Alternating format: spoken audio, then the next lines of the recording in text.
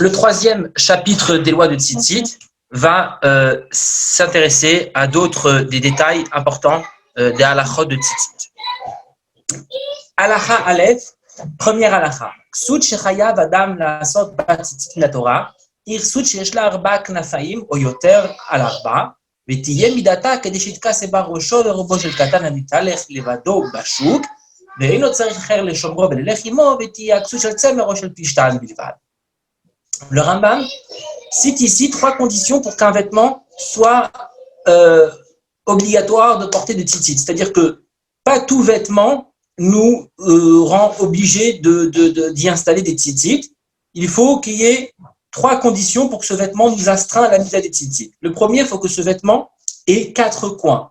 Alors juste, je tiens à ouvrir une parenthèse. J'imagine qu'ils vous l'ont déjà dit dans les cours précédents.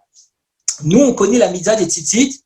Le tzitzit, on connaît nous le talit que l'on met à la synagogue, ou bien qu'on met toute la journée, le talit katan. Mais en réalité, la mitzvah des tzitzit, c'est une mitzvah bien plus large. C'est en réalité, lorsque l'on a un vêtement à 4 coins, on a l'obligation de mettre le tzitzit. Ça peut être les tuniques de l'époque. Admettons qu'ils avaient des sortes de tuniques. Sur les côtés, ils étaient ouverts. Donc, il y avait 2 fentes, une à droite, une à gauche. Ce qui faisait que le vêtement avait 4 coins. Car en effet, lorsqu'on a une fente, les 2 côtés, droite et gauche de la fente, font 2 coins. Donc, si j'ai 2 fentes, une à droite et une à gauche, par exemple, cela fait 4 coins. Et ainsi de suite. Quelqu'un qui met un châle, donc c'est plutôt la mode des femmes en général, mais ça peut arriver chez des hommes de mettre des sortes de châles. Et donc, il devait mettre les tzitzit si ce vêtement avait 4 coins. Alors, là, la nous dit, il faut qu'il ait 4 coins ou plus. Ça arrive des vêtements qui ont 5, 6, 7 coins, on devra mettre les tzitzit. Par contre, s'ils ont 3 coins, 2 coins, etc., on n'a pas besoin de mettre de tzitzit. Deuxièmement, il faut qu'il ait la taille minimale pour qu'un enfant, alors pas un enfant très très jeune, c'est un enfant assez grand pour qu'on le puisse aller tout seul sur la place du marché. Dans la halakha, ça veut dire qu'on puisse le laisser aller tout seul dans la rue. Alors, il faut que le vêtement puisse recouvrir la tête et la majorité du corps d'un enfant. C'est-à-dire que si maintenant le vêtement, on donne un indice, c'est en moyenne un enfant de 9 ans en général, 9-10 ans, peut-être maintenant les problèmes de sécurité, on est plus pointilleux. Mais vous voyez, en Israël, on laisse facilement un enfant de 9 ans marcher dans la rue. Alors, il faut que le vêtement soit assez grand pour couvrir la tête, la majorité du corps d'un enfant de 9 ans. Si le vêtement il est plus petit que ça, il n'est pas considéré un vêtement qui a la mitzvah des tzitzit, sur laquelle la mitzvah des tzitzit s'applique. Troisièmement, il faut que le vêtement soit en laine ou bien en lin entièrement. Donc, ça, c'est l'avis du Rambam particulièrement. Il faut que le vêtement soit totalement en laine ou en lin. Halacha bet. אבל טלית של שיער מיני, כגון בגדי משי ובגדי צמר גפן ובגדי צמר גמלים וצמר ארנבים ונוצה של עיזים וכיוצא בו, אין חייבים במצוות ציצית אלא מדברי חכמים כדי להיזהר במצוות ציצית. והוא יותר על 4 ויש שיעורה כשיעור שאמרנו, שכל הבגדים האמורים בתורה הם סתם רק צמר ופשתים בלבד. Le Rambam nous dit que les vêtements qui sont faits en autres matériaux, par exemple la soie ou bien le coton, ou bien la laine de chameau, ou bien de d'autres animaux, etc., ils n'ont pas la mitzvah de mettre tzitzit min ha-Torah, mais seulement mi derabbanan. C'est une institution des sages. Pourquoi? Parce que les chachamim voulaient que même une personne qui met un vêtement en une autre matière, il se rappelle qu'il y a la mitzvah des tzitzit, et pas qu'il oublie, qu'il se trompe entre un vêtement en coton et un vêtement en lin, ou entre un vêtement en laine de chameau et en laine de mouton, etc. Alors, pour ne pas faire de différence, et ça j'en dis sur tous les vêtements, même les autres matériaux, on devra mettre les tzitzit. Mais, cependant, il faut qu'il ait au minimum 4 coins, et aussi il faut qu'il ait la taille que l'on a citée auparavant, qui est la taille avec laquelle un enfant d'environ 9 ans puisse se couvrir la majorité du corps. Car en effet, dans la Torah, un vêtement, lorsque la Torah cite un vêtement, c'est soit de la laine, soit du lin. C'était les matériaux essentiels de l'époque avec lesquels on faisait des vêtements. Ils n'avaient pas le polyester ni le viscose que l'on trouve maintenant. Et la soie, c'est un matériau qui coûte très cher. Donc, en général, quand on parlait de vêtements, c'était de la laine ou du lin. C'était ce qui était le plus fréquent. Halakha Gimel, troisième halakha. על 4 כנפות סוטרה, בעלת 4 ולא בעלת 3. אם כן, בעלת 4 ולא בעלת 5, תלמוד לומר, אשר תכסה בה, אפילו בעלת 5 או יותר על זה. ולמה אני מחייב בעלת 5 ופותח בעלת 3, שתיהן אינם בעלי 4 כנפות? מפני שיש בכלל 5, 4. לפיכך, כשהוא עושה ציצית לבעלת 5 או 6, אינו עושה ל4 כנפים ממורחקות זו מזו מאותן 5 ou 6 בלבד, שנאמר על 4 כנפות פסותך. Voyons ensemble une halakha. Pourquoi est-ce que l'on a dit que si le vêtement il a 2 ou 3 coins, il n'a pas la mitzvah des tzitzit? Par contre, s'il a 4, 5, 6 coins, on devra mettre les tzitzit, c'est une mitzvah à la Torah de mettre les tzitzit. Pourquoi cette différence? Pourquoi s'il a moins que 4, oui, s'il a plus que 4, non? Après tout, dans la Torah, c'est écrit al-arba kanfot sutra, sur les 4 coins de ton vêtement. Donc, on s'agit de 4, ni moins, ni plus. Pourquoi la Torah? Pourquoi est-ce que l'on dit que s'il a 3 coins, il n'y a pas les tzitzit? Par contre, s'il a 5 coins, oui. Mais voilà, la Torah l'a dit clairement 4 coins. La réponse, elle est simple. Parce que dans la Torah, c'est écrit al-arba kanfot sutra, sur les 4 coins de ton vêtement. Là, une personne lambda, naturellement, on va penser que c'est uniquement si elle a 4 coins, ni 3, ni 5. Mais là, le verset vient nous rajouter une phrase intéressante. Il continue, il dit « Asher techaseba », le vêtement avec lequel tu vas te couvrir. Pourquoi il vient rajouter cette phrase « le vêtement avec lequel tu vas te couvrir » Évidemment, le vêtement, il est fait pour se couvrir. Pourquoi il a besoin de répéter « Asher techaseba » Alors, on a une règle dans la halakha que quand le verset vient dire un langage plus global, il vient englober plus de choses, plus de critères, donc on va automatiquement ajouter des critères. J'explique. Dans le verset, c'est écrit « Tu mettras des tzitzit sur le vêtement à 4 coins avec lequel tu te recouvres ». Le vêtement à 4 coins, cela laisse entendre, c'est uniquement le vêtement à 4 coins, ni celui qui a 3, ni celui qui a 5. Donc cette phrase vient exclure les autres vêtements. Ce qu'on appelle cette phrase vient nous dire non pas les autres vêtements, mais uniquement celui qui a 4 coins. La phrase d'après, quand on te dit Asher techaseba, le vêtement avec lequel tu vas te couvrir, donc là on vient dire un langage qui est beaucoup plus général, qui est beaucoup plus global. Les vêtements avec lesquels tu vas te couvrir. Donc on ne fait pas de distinction entre tel ou tel vêtement. On vient dire un langage plus général. Et donc on a eu ici une première phrase qui vient restreindre les critères, seulement celui qui a 4 coins, et on a une autre phrase qui vient élargir les critères, les vêtements avec lesquels tu te couvres. Lorsqu'on a ces deux phrases, alors c'est forcément que la deuxième vient ajouter sur la première. La première a restreint la règle, un minima, et donc la deuxième phrase qui vient inclure d'autres enseignements, elle vient élargir le cercle. Alors, cette deuxième phrase vient nous apprendre que le vêtement a 5 ou 6 coins, qui est plus que 4, on doit mettre les tzitzit. Maintenant, a priori, on peut se demander pourquoi est-ce que cette deuxième phrase qui va élargir le cercle des enseignements vient nous apprendre que 5, 6, 7, enfin 4 et plus, je dois mettre les tzitzit. Qui me dit que ce n'est pas 4 et moins? Pourquoi cette deuxième phrase ne vient-il pas nous apprendre 4 et moins? Pourquoi ça vient nous apprendre forcément 4 et plus? Ça peut être soit l'un, soit l'autre. La question est pourquoi est-ce que les sages ont décidé que cette phrase, cette deuxième phrase qui vient élargir les critères, elle nous apprend seulement 4 et plus et non pas 4 et moins. La réponse est simple, dit le Rambam. Parce que dans 5, je le chiffre 4. Dans 6, je le chiffre 4. Donc, dans un vêtement à 6 coins, j'en ai 4 minimum. Par contre, dans un vêtement à 4 coins, je n'ai pas 4 coins. Et donc, quand la Torah elle dit le vêtement à 4 coins, phrase qui restreint. Le vêtement avec lequel tu vas te couvrir, phrase qui élargit les critères, je comprends qu'on va ajouter des vêtements qui n'ont pas 4 coins, mais qui en ont plus, pas qu'ils en ont moins. Parce que logiquement, c'est plus logique d'ajouter ceux qui ont 4 coins et plus, plutôt que ceux qui n'ont même pas 4 coins. Et donc, ça va en contradiction avec le premier critère. Voilà. J'espère que j'étais assez clair, mais en gros, c'est la source d'où les sages apprennent que la mitzvah des tzitzit, c'est 4 coins et plus, et non pas 4 coins et moins, malgré que dans le verset, c'est écrit 4 coins. Halakha Dalet, 4e halakha. Ksut shel beged uchnafea shel or chayevet. Ish shel or uchnafea shel beged ptura she'en הולכין אלא אחר עיקר הכסות. כסות של שני שותפים חייבת שנאמר על כנפי בגדיהם. לא נאמר כסותך, אלא למעט שאולה, שתהית השאולה פטורה מן הציצית 30 יום, מכאן ולך חייבת. Un vêtement qui est fait principalement de lin, de laine, de coton, etc. Et que les coins, uniquement les coins sont faits de cuir, alors il a l'obligation de porter des tzitzit. Malgré que le cuir c'est pas un matériau qui est astreint au tzitzit, étant donné que l'ensemble du vêtement, l'essentiel du vêtement est fait en une matière qui est astreinte à la unité des tzitzit, malgré que les coins sont faits en cuir, on devra mettre des tzitzit. Et vice versa, si maintenant l'essentiel du vêtement est fait en cuir, mais que les coins sont faits en tissu, il est exempté des tzitzit, car on va toujours selon l'essentiel du vêtement. Un vêtement qui appartient à deux associés, alors ce vêtement a l'obligation de porter les tzitzit, parce que c'est écrit au pluriel, al-kanfe vigdem, sur les coins de leurs vêtements.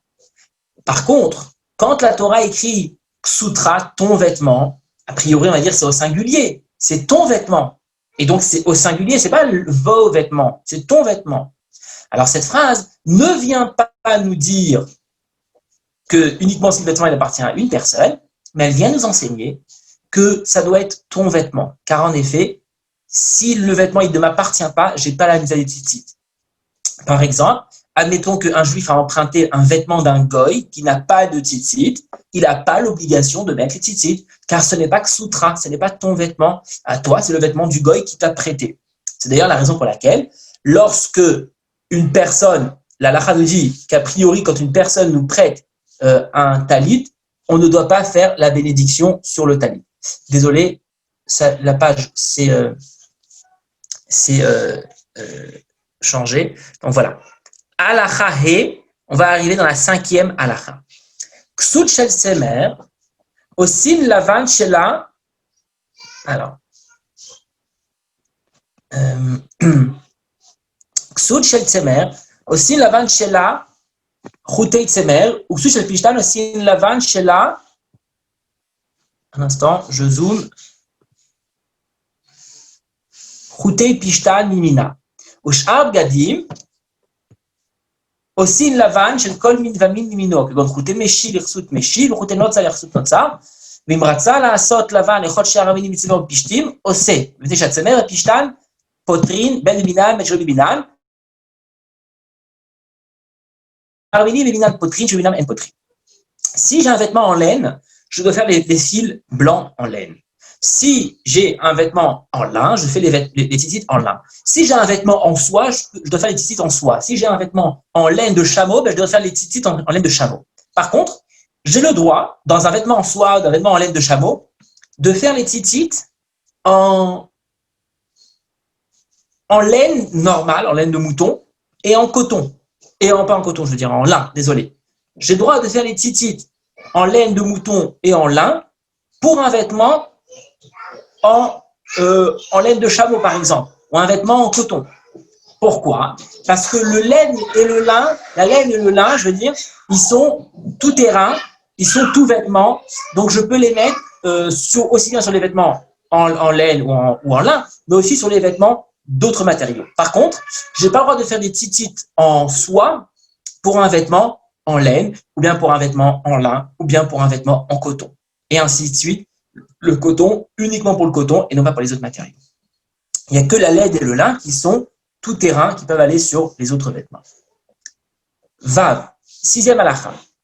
Uma'u la'asot chutei tzemer birsut shel pishtan, ou chutei pishtan birsut shel tzemer.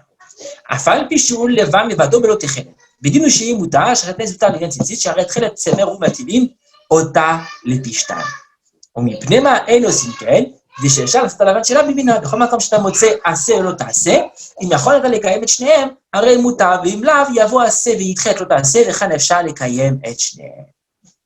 Est-ce que j'ai le droit de faire des fils en lin pour un vêtement de laine, ou bien des fils de laine pour un vêtement en lin? La réponse est que théoriquement parlant, j'aurai le droit de faire ce mélange. Bien que ce genre de mélange laine et lin, c'est ce que l'on appelle shatnez, qui est l'un des 365 interdits de la Torah. C'est le kilaïm des vêtements, ce sont un mélange de deux matériaux que la Torah nous a interdits. Donc, je n'ai pas le droit de porter un vêtement qui est fait de lin et de laine. Ne serait-ce que même un seul fil de lin dans un vêtement totalement en laine, cela est interdit. Alors, pourquoi est-ce que, au sujet des tzitzit, j'aurais théoriquement le droit? Car en effet, on a une règle que quand on a une mitzvah positive, une mitzvah négative qui vont l'une contre l'autre, elles sont soi-disant en conflit, alors c'est la mitzvah positive qui prend le dessus. Dans notre cas, j'ai la mitzvah positive de mettre les tzitzit et j'ai la mitzvah négative de ne pas porter du shatnez. Alors le tzitzit va l'emporter. Mais cependant, étant donné que je peux faire des fils en lin pour le lin et des fils en laine pour la laine, donc je ne suis pas forcé à transgresser l'interdit du shatnez pour accomplir les tzitzit. Je peux le faire. Donc c'est pour cela, vaut mieux mettre des tzitzit en laine pour un vêtement en laine, des tzitzit en lin pour un vêtement en lin, bien que théoriquement, j'aurais le droit de faire, de croiser ces deux matériaux qui sont théoriquement interdits d'être croisés. Halacha Zayin. Septième halacha. סוג של פשתן הם מטילים בתכלת, אבל עושים הלבן בלבד של חוטי פשתן. לא מפני שהציצית נדחית מפני השעטנז, אלא גזרה מדבריהם, שמה יתכסה בה בלילה השינה זמן חיוב בציצית, ונמצא עובר הלא תעשה בעת שאין שם מזה תעשה, שחובת הציצית ביום ולא בלילה, שנאמר וריתם אותו בשעת ראייה. Un vêtement en lin sur lequel on veut faire des tzitzit, on fera les tzitzit uniquement en lin et non pas, on ne fera pas le techelet en laine, parce que le techelet était initialement en laine. Pourquoi? Parce que on a peur que la personne va porter ce vêtement la nuit. Or, vous avez dû peut-être l'apprendre déjà, la nuit, il n'y a pas la des tzitzit. C'est pour ça que le soir, on ne met pas, on n'embrasse pas les tzitzit lors du schéma, etc. Parce que la nuit, il n'y a pas la mitzvah de tzitzit selon la Torah. Et donc, la nuit, je n'ai pas le droit de porter un qui a du lin et de la laine. Car en effet, étant donné que je n'ai pas la mitzvah de le porter, le tzitzit, la nuit, car, un instant, je n'ai pas de mitzvah de porter les tzitzit la nuit. Désolé, j'ai un petit problème. Étant donné que je n'ai pas la mitzvah de porter les tzitzit la nuit, donc je n'ai pas le droit de mettre du lin et de la laine dans mon tzitzit. C'est pour cela qu'on va éviter de faire ce mélange de peur que l'on porte le vêtement la nuit. D'où je sais qu'on n'a pas la mitzvah de porter les tzitzit la nuit. D'où savons-nous que selon la stricte loi de la Torah, je n'ai pas la mitzvah des tzitzit la nuit? Parce que c'est écrit au sujet des tzitzit, vous les verrez, c'est écrit vous les regarderez, vous les observerez, et vous vous souviendrez des mitzvot. Or, la nuit, si ce n'est à l'aide d'une bougie, je ne peux pas voir mes tzitzit. Naturellement, c'est-à-dire sans autres outils, sans une bougie, sans une lumière, sans une lampe, je ne peux pas voir mes tzitzit. Donc, quand la Torah te dit, vous verrez les tzitzit et vous vous souviendrez des mitzvot, de là, je sous-entends que la nuit dans laquelle je ne peux pas voir les tzitzit, je n'ai pas la mitzvah des tzitzit. Alors, pour cela, un aveugle, bien qu'un aveugle, il ne voit pas les tzitzit puisque malheureusement il est malvoyant, mais son entourage peut voir les tzitzit. Pour cela, il a la mitzvah de mettre les tzitzit, bien que lui ne peut pas voir, le reste du Ham Israël peut voir. Par contre, lorsqu'il fait nuit, eh ben, tout l'ensemble de la communauté ne peut pas voir les tzitzit. Pour cela, il n'y a pas la mitzvah de mettre les tzitzit la nuit. Alachachet. Cependant, je tiens à préciser que le Magen Avraham, il emmène du Harizal, que c'est bien de porter les tzitzit la nuit. Il prouve ça avec une histoire de David Amelech dans Masechet Menachot, que David Amelech, il était une fois à la douche et il s'est aperçu qu'il ne portait pas de mitzvot sur lui. Il se dit, mince, je suis nu de mitzvot, je n'ai pas de mitzvot sur moi. Je n'ai ni mes téphilines, je n'ai ni mon talit, j'ai rien du tout, donc je suis nu de mitzvot. Et alors là, David Amelech, il s'est souvenu qu'en réalité, il porte la Brit Mila sur lui, et donc il n'a pas de quoi être triste. De là, le Harizal, il apprend, il dit, puisque David Amelech, quand il est entré à la douche, il était déçu de ne pas avoir de mitzvot, jusqu'à ce qu'il s'est souvenu qu'il avait celle de la Brit Mila. De là, on sous-entend que David Amelech, toutes les nuits, il dormait avec le tzitzit. Parce que David Amelech, il n'a pas le droit de dormir avec les téphilines. On n'a pas le droit de dormir avec. Donc, si David HaMelech, il a eu cette tristesse au moment du bain, alors on sous-entend que durant la nuit, il gardait les tzitzit. Et donc, de là, on apprend que c'est bien de garder les tzitzit la nuit. Halacha chet. Mutar l'adam lilbosh tzitzit balayla ben bachol ben bashabat, afei sheino zmana ובלבד שלא יבל. ובתה יברך על הציצית בשחר, ושיכיר בין תחילת שבה ללבן שבה, וחצן מברך עליה, ברוך אתה השם וכלי מלך העולם, אשר קידשנו מצווה וציוונו להתעטף בציצית. בכל זמן שתתעטף בה ביום, מברך עליה קודם שתתעטף, ומברך על הציצית בשעת עשייתה, מפני שסוף המצווה הוא שיתעטף בה. Un homme a le droit de porter le tzitzit la nuit, que ce soit en semaine, que ce soit en Shabbat. Qu'est-ce que cela vient nous enseigner? Car en effet, si je n'ai pas la mitzvah de porter les tzitzit la nuit, comment pourrais-je sortir dans la rue avec les tzitzit? Voilà, je porte les fils. Je porte des fils. Puisque en journée, j'ai la mitzvah. Donc, je comprends que je puisse sortir avec les tzitzit dans la rue, le Shabbat. Mais la nuit, je n'ai pas la mitzvah. Donc, lorsque vendredi soir, je sors de la choule avec mes tzitzit sur moi, je porte des fils inutilement. Tout à fait moutard, tout à fait autorisé de sortir avec les tzitzit, bien que initialement il n'y a pas la mitzvah minatora de porter les tzitzit la nuit. Ensuite, la Rambam nous dit que les matins, on doit faire la bénédiction sur les tzitzit, le mettre, faire la bénédiction sur les tzitzit. À partir du moment où il fait un peu jour, on puisse distinguer la différence de couleur entre le fil bleu azur et le fil blanc, si on puisse assez jour pour distinguer ces deux couleurs.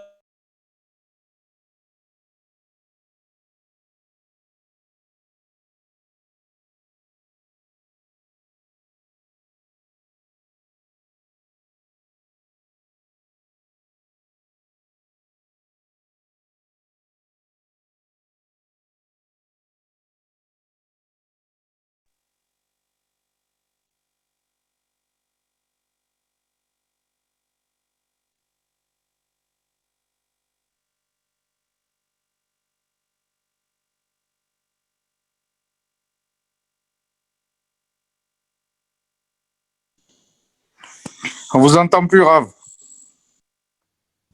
Hop, hop. Voilà, désolé, je sais pas pourquoi. Je dois avoir une mauvaise connexion Internet, ça a coupé. Voilà. Ok. Donc nous sommes maintenant à la halacha tête, 9e halacha du dernier chapitre de la Tzitzit. ומותר להיכנס בציצית לבית הכיסא לבית המרחץ, נפסקו לו חוטי לבן ותכלת זורקן בהשפעה משלי מצווה שאין בגופה קדושה. ואסור למכור טלי בצוי יצאת לגוי עד שיעטה את ציציותיה שלא מפני שיש בגופה קדושה, אלא שמא יתעטף בה ויתלווה עמו ישראל וידמה שהוא ישראל ויארגנו. נשים ועבדים קטנים פטורים אצלי מן התורה ומדברי סופרים שכל קטן שיודע להתעטף בציצית כדי לחנכו במצוות, ונשים ועבדים שרצו להתעטף בציצית, ביטלתם בלא ברכה, וכן שאר מצוות עשה שנשים פטורות מהן, אם רצו לעשות אותן ולא ברכה, אין ממחין בידם. כתובתום ואנדרוגינוס חייבים בכולם מספק, ותלך הנדרכים אלא עושים בלא ברכה. Le tzitzit n'a pas de kdusha à proprement dit. C'est pour cela que j'ai le droit de rentrer avec le tzitzit aux toilettes. Je tiens à préciser qu'on parle uniquement des tzitzit que l'on porte toute la journée sur nous. Comme à l'époque, ils portaient le grand talit toute la journée. À notre époque, où on met le talit uniquement pour la prière à la synagogue, alors le talit, il est, oui, empreint d'une certaine kedusha qui nous empêche de rentrer avec le grand talit aux toilettes. Par contre, le talit katan, on peut rentrer aux toilettes, on peut même le jeter à la poubelle, parce que il n'a pas de kedusha, contrairement aux téphilines qui sont empreints de kedusha. Par contre, je tiens à préciser que c'est quand même bien de ne pas le jeter aux toilettes, ne pas jeter, je veux dire, à la poubelle avec tous les autres déchets. C'est bien de le mettre dans un sachet proprement et de le mettre dans la poubelle des cartons, par exemple, les matériaux recyclés, etc., comme ça, qui c'est beaucoup plus propre et c'est pas avec tous les autres restants de nourriture, etc. On n'a pas le droit de vendre un talit à un goy, car le goy peut se faire passer pour un juif avec et s'associer avec un juif dans la rue, dans une petite impasse, et chas v'shalom, lui porter atteinte en le tuant. Les femmes, les esclaves et les enfants et les mineurs, etc., n'ont pas l'obligation de les tzitzit, comme les téphilines, le loulav, etc., parce que c'est des mitzvot qui dépendent du temps. Cependant, les sages nous donnent la mitzvah d'éduquer l'enfant à mettre les tzitzit. À partir de là, il peut le faire. Les femmes qui veulent porter des tzitzit peuvent le faire sans bénédiction. comme toutes les autres mitzvot desquelles elles sont pas astreintes. La même chose, le tumtum et le androgynos, ce sont des personnes on ne peut pas définir exactement s'ils sont masculins ou féminins. Alors, ils ne sont pas en mesure de réciter la bénédiction des tzitzit, mais ils ont quand même la mitzvah de mettre les tzitzit, parce que dans le doute, s'ils sont un homme ou une femme, il faut porter les tzitzit. Bien que Baruch Hashem, ce genre de défaut est très, très, très, très peu fréquent. Halacha Yud, 10e halacha. Ea chaya biza tzitzit, kol adam shechaya lasot mitzvah zu, im tkase bersut haraoui le tzitzit, itati la tzitzit, v'achar kach itkase ba, im tkase ba belo tzitzit, are bitel mitzvat ase. Comment fonctionne-t-elle la mitzvah des tzitzit? On fait le tzitzit avant de le mettre sur nous, car en effet, une fois que, si on le met avant de faire les tzitzit, on aura transgressé la mitzvah de mettre les tzitzit, parce qu'on a porté un vêtement sans tzitzit. Donc, c'est pour ça que quand on veut accrocher ou réparer des tzitzit, on n'a pas le droit de le mettre sur nous-mêmes pour le faire, il faut l'accrocher quelque part pour pouvoir arranger ou faire le tzitzit, et ensuite on le met sur nous. La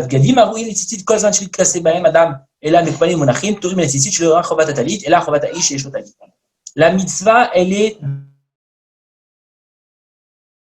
mettre des tzitzit uniquement sur un vêtement qu'on le porte. Mais un vêtement qu'on ne porte pas, on n'a pas la mitzvah de mettre des tzitzit. C'est pour ça qu'un vêtement qui est pas utilisé dans le placard, etc., qu'on n'utilisait jamais, il n'y a pas la mitzvah de mettre des tzitzit, même s'il a 4 coins.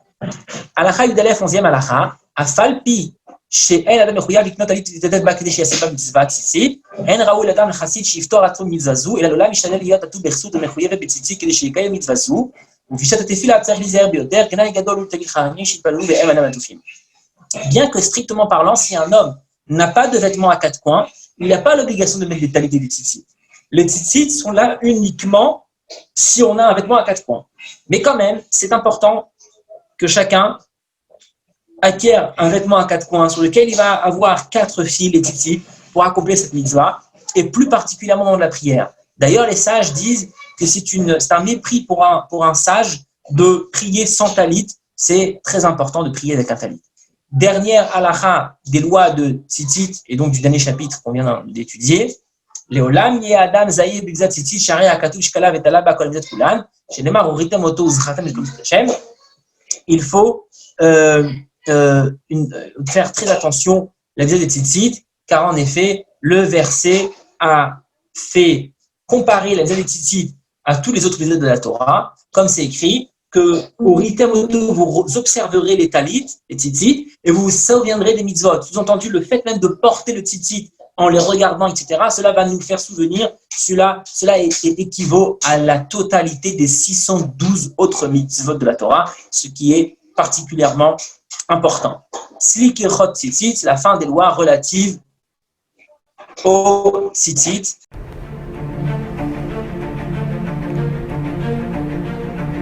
Et si connaître toute la Torah était possible, plongez-vous dans les joyaux de la Torah. Étude du Rambam, le Maïmonide, cours de qualité par des rabbins francophones aux 4 coins du globe. Un chapitre chaque jour, à raison de 20 minutes, pour finir en moins de 3 ans l'apprentissage de la Torah. Relevez le challenge, tous les soirs en direct à 20h30 ou 21h30 heure israélienne. Nos cours sont accessibles à tout moment, YouTube, Facebook et sur notre site torah24.com.